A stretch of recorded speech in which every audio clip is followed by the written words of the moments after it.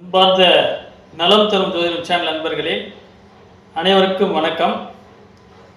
இன்று நாம் காண இருப்பது ஆயுள் பலம் ஒருவருக்கு எப்படி தீர்க்க ஆயுள், யார் ஒருவருக்கு தீர்க்க ஆயுள், ஜாதகத்துக்கு யார் ஒருவர் ஜாதகம் மூலியமாக தீர்க்க ஆயுளை பெறுகிறார் என்று பார்ப்போம்.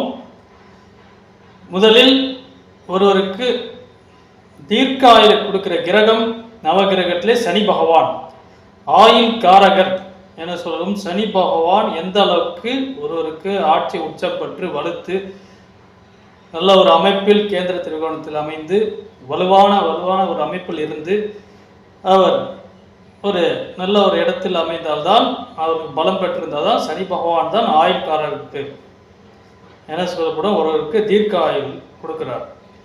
இவர் சனி ஒருவருக்கு 4 சுற்று வருகிறார். ஒருவருக்கு பிறந்த முதல் இறப்பு வரை சனி பகவான் 4 சுற்று 120 வருஷம் என்று சொல்வார்கள். தீர்க்க ஆயுள் என்றால் 120 என்று சொல்வார்கள். ஆகவே சனி பகவான் எப்படி அமைகிறார், எப்படி ஒரு வலுவான இடத்தில் ஆட்சி உச்சம் பெற்று அறிகிறார் என்று அதை வைத்துதான் நம் ஆயுள்காரர்கள் சனி பகவான் வலுத்துக்காரர்கள். இது மட்டும் இல்லாமல் முக்கியமாக ஆயுள் ஸ்தானம் 8ஆம் இடம், அஷ்டமாதம் 8ஆம் இடம் மிகவும் வலுத்து காணப்படும். ஆயுள் ஸ்தானத்து அதிபதி வலுத்து இருக்க வேண்டும், பகை பெறாமல் நீச்சம் பெறாமல் ஆட்சி உச்சப்பட்டிருக்க வேண்டும்.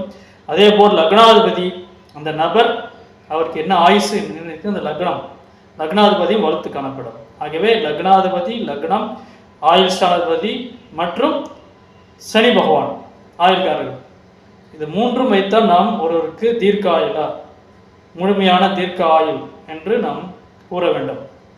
ஆகவே ஒருவருக்கு லக்னாதிபதியும் அஷ்டமாதிபதியும் என கூறப்படும் லக்னம் அஷ்டமாதிபதியும் ஆட்சி உச்சம் பெற்று நீச்சம் பகை பெறாமல் இருந்து பாதகம் பெறாமல் பாவகிரகத்தோடு இணையாமல் இருந்து 6, 8, 12 மறைவு சான்று இல்லாமல் இருந்து கேந்திர திரிகோண சார்ந்து இருந்தால் கூடவே ஆயுள்காரர்கள் சனி பகவான் பலப்பட்டிருக்க வேண்டும். இந்த அமைப்பில் இருந்தவருக்கு ஆயுள் தீர்க்க ஆயுள். நாம் சரலக்னம் என கூறப்படும் மேஷம், கடகம், துலாம், மகரம் ஆகிய இந்த சரலக்னத்தில் யார் ஒருவருக்கு லக்னாதிபதியும் அஷ்டமாதிபதியும் அமைந்திருந்தால் அவருக்கு தீர்க்க ஆயுள். அதே போல் சனி பகவான் பரிபூர்ண பலத்தை கொடுக்கிறது.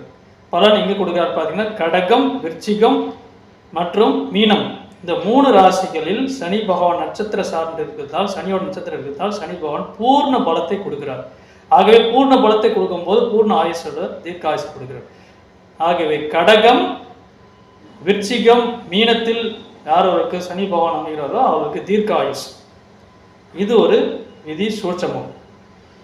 ஒன்று, சரராசிகள் லக்னாதிபதியும் அஷ்டமாதிபதியும் அமைவது சனி பகவான் கடகம், விருச்சிகம் மற்றும் மீனத்தில் இருந்தால் அவருக்கு தீர்க்க ஆயுசு. இதுதான் இதோட பலன், ஆயுள் தீர்க்க ஆயுள் என்று சொல்ல இது ஒரு விதியாகும். மற்றும் இன்னொரு விதி என்னவென்றால், சனி பகவான் லக்னத்தையோ அல்லது 8ஆம் பாவத்தையோ பார்த்தால் தீர்க்க ஆயுசு. சனி காரகன், ஆயுள் காரகன் லக்னாதிபதியோ அல்லது 8ஆம் அதிபதியோ பார்த்தால் அவர்களுக்கு தீர்க்க ஆயுசு உண்டு. அதே போல் அஷ்டமாதிபதி லக்னாதிபதி ஒருவருக்கு 6, 8, 12 மறைவு ஸ்தானம் இல்லாமல் திரிகோண ஸ்தானத்தில் 7ஆம் இடத்தில் இருந்தாலும் அவர்களுக்கு தீர்க்க ஆயுசு உண்டு. இது ஒரு சூட்சமாகும். இது மட்டும் இல்லாமல் இன்னொரு விதி உண்டு. என்னவென்றால், மாரகஸ்தானம் என கூறப்படும்.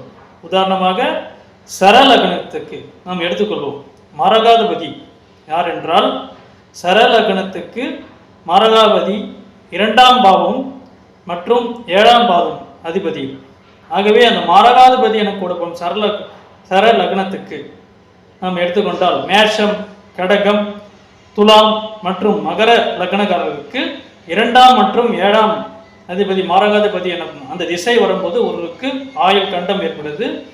ஆயுள் கண்டம் ஏற்பட்டு அவர்களுக்கு மாரகத்தை உண்டு பண்ணும். இது ஒரு விதியாகும். ஆக ஒருவருக்கு தீர்க்க ஆயுள் இந்த காலகட்டத்தில், இப்பொழுதெல்லாம் 100 எல்லாம் கடந்தெல்லாம் தீர்க்க ஆயுள் கிடையாது, 110 அந்த காலத்தில் சொல்லுது. இப்பொழுது 85 வயது கடந்தால் ஒருவருக்கு தீர்க்கமான ஒரு ஆயுள். இந்த காலகட்டத்தில் அவர்களுக்கு என்னவென்றால் லக்னாதிபதியும் அஷ்டமாதிபதியும் அந்த சர லக்னத்தில் அமைஞ்சால் தீர்க்க ஆயுள். ஸ்திர லக்னத்தில் லக்னாதிபதியும் அஷ்டமாதிபதியும் அமைந்தால் அவர்களுக்கு மத்தியம ஆயுள், அதாவது ஒரு 65லேருந்து ஒரு 85 சொல்லலாம். அதோட குறைவான வயது 45லேருந்து ஒரு 65 வயசுனா ஸ்திர உபய லக்னத்தில் இருந்தால் அவர்களுக்கு மத்தியம ஆயுள். ஆகவே சர லக்னத்தில் தீர்க்க ஆயுள், சிற லக்னத்தில் மத்தியம ஆயுள், உபய லக்னத்தில் இருந்தால் மத்தியமும் குறைந்து காணப்பட்ட ஆயுள். இதுதான் தீர்க்காயுள் அப்படின்ற இதுக்கான சூட்சமம். ஆகவே லக்னாதிபதியும் அஷ்டமாதிபதியும் சரலக்னத்தில் அமைவது சரலக்னமாக இருக்க வேண்டும்.